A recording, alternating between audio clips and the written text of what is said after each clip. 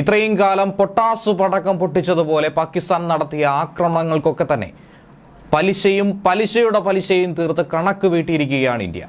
ആവർത്തിച്ചുള്ള മുന്നറിയിപ്പിലും പഠിക്കാത്ത പാകിസ്ഥാൻ എന്ന അധമ രാജ്യത്തിന് ഇന്ത്യ ശക്തമായ തിരിച്ചടി നൽകുന്നു. ആ തിരിച്ചടിയിൽ നടുങ്ങിത്തരിക്കുന്നു രാജ്യം.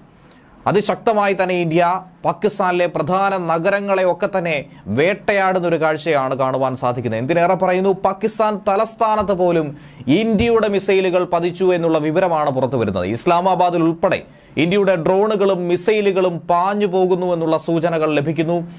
പാകിസ്ഥാനിലെ നഗരങ്ങളൊക്കെ തന്നെ ബ്ലാക്ക് ഔട്ടായ കാഴ്ചയാണ് കാണുവാൻ സാധിക്കുന്നത്. പ്രതിരോധിക്കാൻ പോലും ചൈനീസ് പ്രതിരോധ സംവിധാനം ഉണ്ടായിട്ട് പോലും അതൊന്നും വിലപ്പോകാത്തൊരു സാഹചര്യം പാകിസ്ഥാൻ ഇന്ന് അഭിമുഖീകരിക്കേണ്ടി വന്നിരിക്കുന്നു. എന്നാൽ ആദ്യം ഇന്ത്യക്ക് നേരെ, ജമ്മുവിന് നേരെ നടത്തിയ ആക്രമണത്തിൽ ഒരു പോറൽ പോലും ഏൽക്കാതെ, ഒരു സാധാരണ ജനങ്ങൾക്ക് പോലും പരിക്കേൽക്കാതെ സുരക്ഷിത കവചമായി ഇന്ത്യയുടെ സുദർശന ചക്രം പ്രവർത്തിച്ചു എന്നുള്ളതാണ് ഇന്ത്യക്ക് അഭിമാനകരമായി എടുത്തു പറയാനായി സാധിക്കുന്നത്. ഇനി പാകിസ്ഥാനിലെ പ്രധാനപ്പെട്ട 3 നഗരങ്ങൾ, ഇസ്ലാമാബാദ് കൂടാതെ ലാഹോറിലും സിയാൽകോട്ടിലും ഒക്കെ തന്നെ കറാച്ചിയിലും ഇന്ത്യയുടെ ആക്രമണത്തെ തുടർന്ന് വലിയ പ്രകമ്പനങ്ങൾ നടക്കുന്നു, വലിയ സ്ഫോടനങ്ങൾ ഉണ്ടായി എന്നുള്ള റിപ്പോർട്ടുകളാണ് പ്രാദേശിക മാധ്യമങ്ങൾ പുറത്തുവിട്ടുകൊണ്ടിരിക്കുന്നത്.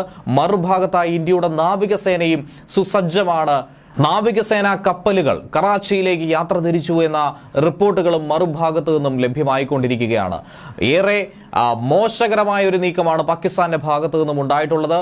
യാതൊരുവിധ മുന്നറിയിപ്പുമില്ലാതെ ഒളിഞ്ഞും തെളിഞ്ഞുമുള്ള ആക്രമണങ്ങൾ നടത്തുന്ന പാകിസ്ഥാൻ ഇപ്പോൾ സൈനിക വിമാനം അയച്ചുകൊണ്ട് ചൊടിപ്പിക്കാൻ ശ്രമിച്ചു. അയച്ച 3 വിമാനങ്ങളും തകർത്ത് തരിപ്പണമാക്കി തന്നെയാണ് പറഞ്ഞു വിട്ടിരിക്കുന്നത്. അതിലേറ്റവും നിർണായകമായിട്ടുള്ളത് ആ വിമാനത്തിലെ 2 പൈലറ്റുമാരെ ജീവനോടെ ഇന്ത്യ പിടികൂടിയിരിക്കുന്നു, സൈനികർ കസ്റ്റഡിയിലെടുത്തിരിക്കുന്നു എന്നുള്ളതാണ്. അതിലേക്ക് വരും മുൻപ് ഇസ്ലാമാബാദിലും ലാഹോറിലുമൊക്കെ മിസൈൽ ആക്രമണം നടത്തിയതിൽ വലിയ നാശനഷ്ടം തന്നെയാണ് പാകിസ്ഥാന് നേരിടേണ്ടി വന്നിട്ടുള്ളത്. കശ്മീരിലും രാജസ്ഥാനിലും പഞ്ചാബിലുമായി ഒട്ടനവധി ഡ്രോണുകളും മിസൈലുകളും ഒക്കെ ഇന്ത്യൻ വ്യോമ പ്രതിരോധ സംവിധാനങ്ങൾ തകർത്തുവെന്നാണ് മനസ്സിലാക്കാൻ സാധിക്കുന്നത്. ഇതിനിടയിൽ രജൌരിയിൽ ഒരു ചാവേർ ആക്രമണം നടന്നു എന്നുള്ള റിപ്പോർട്ടുകളും സൈന്യത്തിന്റെ ഭാഗത്തു നിന്നും ലഭ്യമാകുന്നുണ്ട്. അതിനെക്കുറിച്ചുള്ള വിശദാംശങ്ങൾ ഇപ്പോൾ ലഭിക്കുന്നില്ല. പാകിസ്ഥാൻ നടത്തിയ ഈ വ്യോമാക്രമണ ശ്രമത്തിൽ ഒരാൾ പോലും അപകടത്തിൽപ്പെട്ടിട്ടില്ല, ആളപായം ഉണ്ടായിട്ടില്ല എന്നാണ് ഇന്ത്യ സ്ഥിരീകരിച്ചിരിക്കുന്നത്. ഒരു പോറലുമേൽക്കാതെ ഇന്ത്യ കാത്തു സൂക്ഷിച്ചിരിക്കുന്നു. ഇനി ലാഹോറിലേക്ക് എന്തുകൊണ്ട് ആക്രമണം കടുപ്പിക്കാൻ ഇന്ത്യ തയ്യാറെടുത്തു എന്ന് ചോദിച്ചാൽ പ്രധാനമായും 2 കാര്യങ്ങളാണ് പറയുന്നത്. ഒന്ന്, ലാഹോർ എന്ന് പറയുമ്പോൾ പാകിസ്ഥാന്റെ ജീവനാഡിയായി തന്നെയാണ് വിശേഷിപ്പിക്കുന്നത്. അതുകൂടാതെ ഇന്ത്യക്ക് വളരെ എളുപ്പത്തിൽ ആക്രമിക്കാൻ സാധിക്കുന്ന, ഇന്ത്യൻ അതിർത്തിയുമായി ഏറ്റവും അടുത്ത് കിടക്കുന്ന ഒരു നഗരം കൂടിയാണ് ലാഹോർ. പാക് ആക്രമണമുണ്ടായ ജമ്മു, പഥാൻകോട്ട്, ഉധംപൂർ എന്നീ സൈനിക കേന്ദ്രങ്ങളൊക്കെ വളരെ സുരക്ഷിതമാണെന്നും ഇന്ത്യൻ സൈന്യം പറയുന്നു.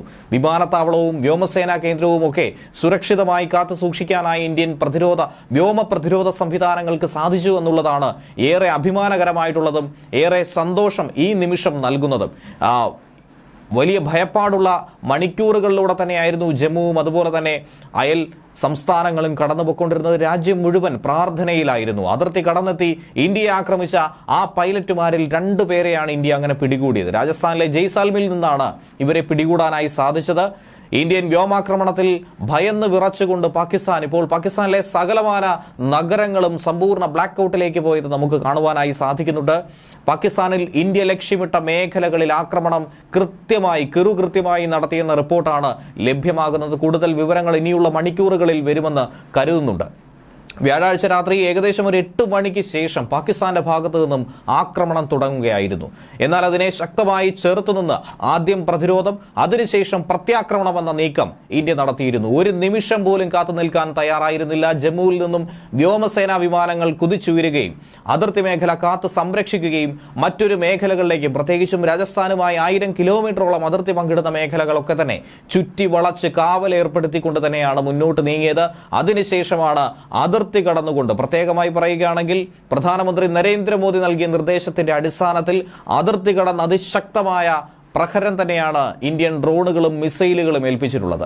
ഇന്ത്യയിലെ ജമ്മുവിലെ വിമാനത്താവളത്തിൽ ഉൾപ്പെടെ ആക്രമണം നടത്താൻ ലക്ഷ്യമിട്ടായിരുന്നു പാകിസ്ഥാന്റെ ഡ്രോണുകളും മിസൈലുകളും യുദ്ധവിമാനങ്ങളും ഒക്കെ തന്നെ എത്തിച്ചേർന്നിട്ടുണ്ടായിരുന്നത്. ഫലപ്രദമായി ഇവയൊക്കെ തന്നെ ഇന്ത്യക്ക് വെടിവെച്ചിടാനായി സാധിച്ചു.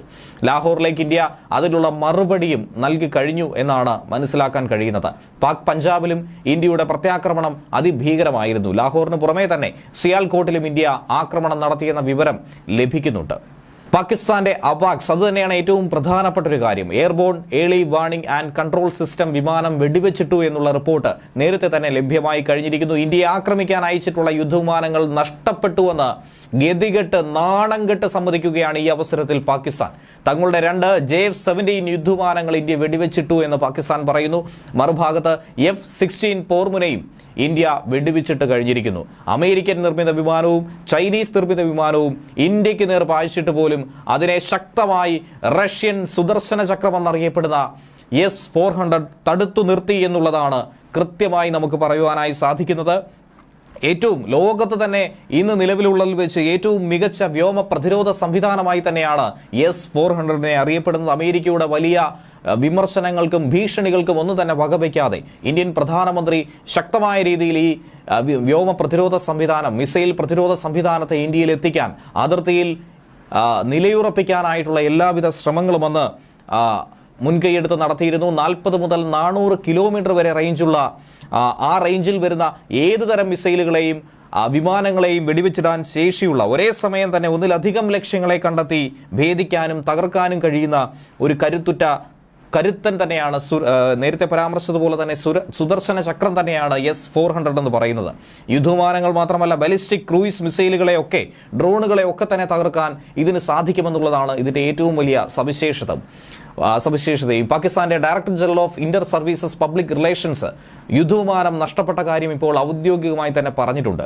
ബീഹാർ, ദില്ലി, ഹരിയാന, പഞ്ചാബ്, രാജസ്ഥാൻ, ജമ്മു കാശ്മീർ, പശ്ചിമ ബംഗാൾ എന്നീ സംസ്ഥാനങ്ങളൊക്കെ അതീവ ജാഗ്രതയിലൂടെയാണ് കടന്നുപോകുന്നത്. ജാഗ്രതാ നിർദ്ദേശം നൽകി കഴിഞ്ഞു. എന്തിനേറെ പറയുന്നു, കേരളത്തിലടക്കം അതീവ ജാഗ്രത പുലർത്താനുള്ള നിർദ്ദേശമാണ് സേനാ സംവിധാനങ്ങൾ നൽകിയിരിക്കുന്നത്.